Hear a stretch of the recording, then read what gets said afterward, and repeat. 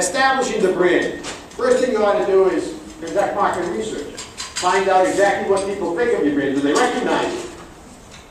Among those people who use your services, when you survey them, do you have top-of-mind awareness? For example, if I asked you, sir, over there, give me the name of a beer. Beer. What? Miller's. Okay. Now, Miller's, for that gentleman, has top-of-mind awareness. That means it's the first name, and it doesn't necessarily mean he drinks Miller's, but it's the first name that comes into his brand network that he has in his brain. And that's where you want to be in terms of an organization. You want to have top-of-mind awareness. And the question is, do you have top-of-mind awareness? And then you want to find out what kind of attributes they ascribe to your brand. When they see your brand or hear your brand, what do they think of? So research is important.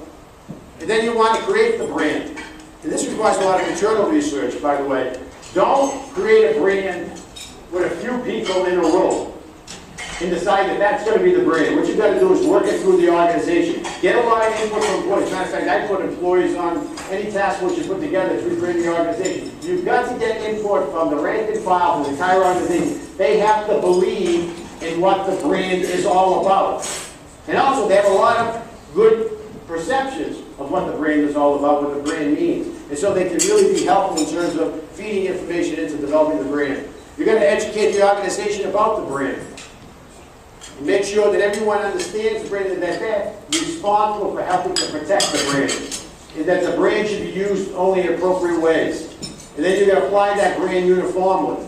As a matter of fact, this requires you to have what's called a corporate visual identity manual. And that might not be a real thick manual, but it should contain all the information about what the brand looks like, how it's supposed to appear, what colors can be used, what kind of typeface, how it's used, and who authorizes its use.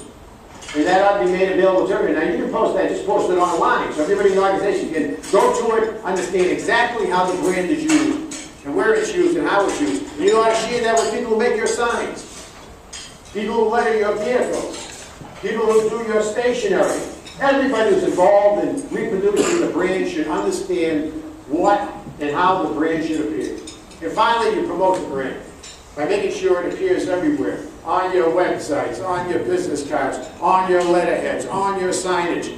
And if you have vehicles, on your vehicles.